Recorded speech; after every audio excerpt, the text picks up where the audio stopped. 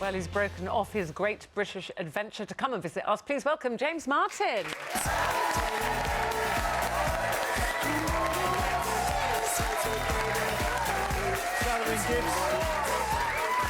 How you doing, ladies? You all right? He's bearing gifts. He's bearing gifts. Oh, he's handing them all. Oh! Pancakes. Pancakes. Why not pancakes? Now, that's posh. Can I tilt that so the camera can see? Look, that's posh, isn't it?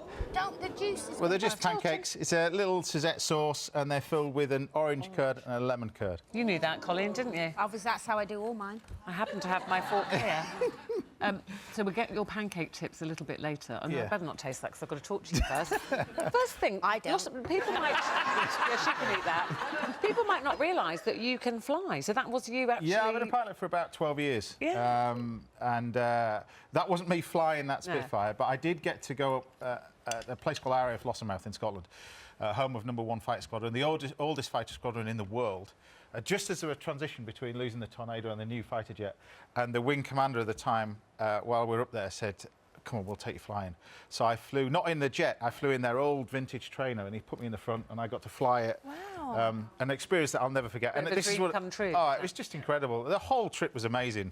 But going around the lighthouse at RAF Lossiemouth in an old vintage flying machine, and you're at the controls, you're flying. Did you cook them something in return? I did, yeah. I made them lobster, but it was an active airfield, so literally you had about 4 or 5 people with vests on, all running around picking up any little bit of litter. So if you were doing anything with this and you drop a little bit on the floor, somebody had to go and run around and pick it up after me, because in case it got into one of the jets, because the jets literally were just flying behind us. Amazing place. What's been your favourite place to visit, or is that a difficult question? I think the first day was amazing when we started in the Orkney Islands. If you've never been to the Orkney Islands. I've been there. It's fantastic. Beautiful, isn't it? Yeah, actually, I filmed a foods thing on the Orkney Islands. There's something to do with cod, long time ago, but it's such a sensational landscape. It's an absolutely beautiful part of the world, and the weather was just spectacular. What did you the whole cook way there? through. Well, there's this guy I read about, and he's in an island called North Ronaldsay, and there's only 50 people that live on this island. There's 2 pubs. This is Megan. I love that. No police. Yeah. Then other police come in because they've got to clear the runway out. The runway when we landed literally is just the main road, and the farmer is just getting rid of the sheep out of the way, because it's famous for the sheep, and it's got the longest sheep dike in the world, and the sheep were the other side of the wall, so they're bred purely on seaweed and that kind of stuff. And the meat is just incredible. So I went there for that, but right the way through the whole trip, I mean, Wales was just spectacular as well, and the gin that we had in Snowdonia was just amazing. And are you trying to get us all, but watching the show, to sort of celebrate seasonal food, regional food? What's on our doorstep. Non-moso that's about to happen in a few weeks' time.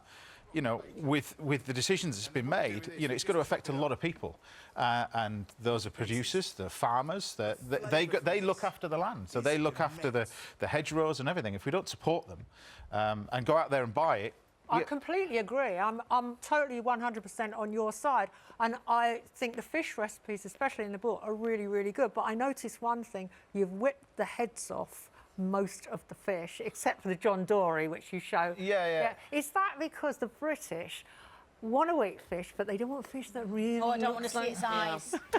Because your fish recipes are great. Well, There's the herring is what, the herring when we're in Kent, it's fresh off the boat, so you don't really see very herring that very often. Yeah. And so to cook it whole is fantastic. Sardines, you've got to cook whole. So I think there is a limit to where you can go, but we try and push the boundaries a little bit. Like Colleen are a bit namby-pamby, don't like to see the eyes and the head. Well, fellow Northerners, so I'm not going to sit on that fence. If you want the heads off, it's fine. What do you think of that, Northerners and Southerners? Do you think Don't get me started on that. Don't get me started on that. You had your mum filming with you. How did that was amazing. Yeah, the first time my mother's... Do you take her everywhere? No, it's because Yorkshire is home to more Michelin-star restaurants than any other county in Britain. So what we wanted to do is go to Yorkshire, but instead of going to Yorkshire to a Michelin-star restaurant, the traditional stuff, I sent a fellow chef out there to view that, and I said to my mum, "Where do you want to go?" And she said, "Well, I always go to this pub in Moss called Stapleton Arms. I go there, it's got the best scampi in the world." So I took my mother there and we filmed there, and genuinely it is got the best scampi in the world. Gorgeous. Is that the batter or how they cook it? It's everything. It's just the ingredients, the batter and everything. But he's not a Michelin star chef. He's just a great cook. But you You're very close to your mum, aren't you? You say she's the one 100%. that keeps you, like, Oh, I've said all grounded along, and- if I could be 10% of what my mum is, and certainly 5% of what my granny was, I'd be a 100% better person. Honestly. I want to... I phone her every day. Does your mother, is she critical of your appearance? 100%. What does she say about weight? Hence I'm wearing a jacket Yes, and a... yeah, and what about weight? Oh, weight is quite a big issue, you know. Yeah, what does she say? Well, now she's got a big TV. It never used to be a problem when you had a little TV. No, but don't you think It's all relative, you know. HD as well. HD's horrific. HD. You know? Allowed. I mean, I've never been a little lad. You know, I'm 6'4" and 18 stone. That's the way I am, and it's just. You see, when you started in 1997... Yes, I was a bit thinner. Well, not even that, but we just didn't have HD. Look at this, look. God. Whoa. You didn't tell me you were putting these. What are those trousers? Smouldering. All right, all right. It was young, Janet. What are those You look better now. Much better.